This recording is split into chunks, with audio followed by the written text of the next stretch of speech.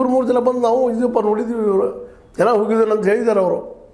ಅಂದಾಗ ಪೂರ್ಣ ಪ್ರಮಾಣ ತನಿಖೆಯಾಗಿ ಇದು ಕಾರಣೀಕರ್ತರು ಯಾರು, ಏನು ಎಂತವ್ರು ಎಲ್ಲಿದ್ದಾರೆ ಅದ್ರ ಬಗ್ಗೆ ತನಿಖೆ ಮಾಡಿಕೊಂಡು ಫೈನಲ್ದಲ್ಲಿ ಮಾತಾಡೋಂಥ ವಿಷಯ ಇದು. ವಿರೋಧ ಪಕ್ಷರು ಅವ್ರು ಮಾತಾಡ್ತಾ ಇರ್ತಾರೆ, ಅವ್ರ ಉದ್ಯೋಗ ಅದ. ಆದರೆ ಒಬ್ಬ ಸ್ವತಃ ಅದೇ ಪಕ್ಷದ ಮನುಷ್ಯರಾಗ ಇವತ್ತು ಮಾತಾಡೋದು ಇರಲಿ, ನಿಮಗೆ ಭಕ್ತಿ ಇರಲಿ ಬೇಡ ಯಾರೂ ಹೇಳಿಲ್ಲ. ಮಂಜುನಾಥ್ ಅವ್ರ ಮೇಲೆ ಭಕ್ತಿ ಕಡಿಮೆ ಮಾಡ್ಕೊಂಡ್ರಪ್ಪ ಯಾರು ನಿಮಗೆ ಸಲಹೆ ಕೊಟ್ಟಿಲ್ಲ. ಅದರಿಂದ ಕಡಿಮೆ ಆಗುವುದಿಲ್ಲ. ಯಾಕಂದ್ರೆ ತಪ್ಪಿತಸ್ಥ ಅಲ್ಲೇ ಏನಪ್ಪ ಅಂದ್ರೆ ಅಪರಾಧಿ ಆಗ್ತಾರೆ ವಿನಃ ಆ ಸ್ಥಳ ಅಲ್ಲ. ಅದು ದುರುಪಯೋಗ ಯಾರು ಮಾಡ್ಕೊಳ್ತಾ ಇದ್ದಾರೆ?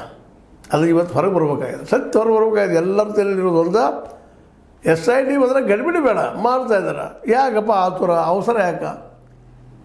ಲಗುಣ ಬರ್ರಿ ಈಗಂತೂ ಇದು ಸಿಕ್ಕಿಲ್ಲ. ಒಂದು ರೀತಿಯಿಂದ ಇದ್ರ ಹಿಂದಿದ್ದಂಥವ್ರಿಗೆ ನೆಮ್ಮದಿ ಆಗಿದೆ. ಅದರ ಮೇರೆಗೆ ಇಂದಿನ ಶಕ್ತಿಯನ್ನು ಭರವಸೆ ಅದ, ಅಲ್ಲಿ ಇನ್ನೂ ಕಾನ್ಫಿಡೆನ್ಸ್ ಇದ್ದಾನವ.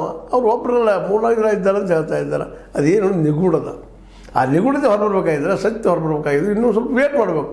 ಅಷ್ಟೆಲ್ಲ ಇನ್ನೂ ಈ ಮಧ್ಯದಲ್ಲಿದ್ದಾಗ ಈ ರೀತಿ ಕುತಂತ್ರದ ಮತ್ತೊಂದು ಷಡ್ಯಂತ್ರದ ಅಂತೇಳಿ ಒಂದು ರೆಸ್ಪಾನ್ಸಿಬಲ್ ಪೋಸ್ಟಲ್ಲಿದ್ದಂಥ DK ಶಿವಕುಮಾರ್ ಅಂದಾಗ SITಯ ಮಾರಾಲಿಟಿ ಏನಾಗ್ಬೋದು, ಮೆಂಟಲ್ ಮಾರಾಲಿಟಿ ಈ ಹೋರಾಟ ಮಾಡುತ್ತಿರೋಂಥ ಪರಿಸ್ಥಿತಿ ಏನಾಗ್ಬೋದು.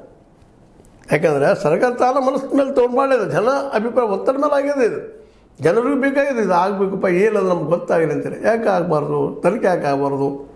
ಅದು ಬೇಡ ಅನ್ನೋ ಜನ ಒಂದು ವಿಂಗ್ ಇದ್ದೇ ಅದ. ಆ ಜನ ಇವತ್ತು ದೊಡ್ಡದು ಮಾಡ್ತಾ ಇದ್ದಾರೆ, ಮಾಡಲಿ, ಏನು ತಪ್ಪಿಲ್ಲ, ಬೇಕದು. ಯಾಕಂತಂದ್ರೆ ಪ್ರಶ್ನೆ ಮಾಡೋದು ಇರಬೇಕು. ಆದರೆ ನಾವಿಲ್ಲಿ ಹೇಳೋದು ಏನಪ್ಪ ಅಂತಂದ್ರೆ ಈ ದಿಸೆಯಲ್ಲೇ ನಮ್ಮ SIT ಮೇಲೆ ಒತ್ತಡ ತರೋದು ತಪ್ಪ.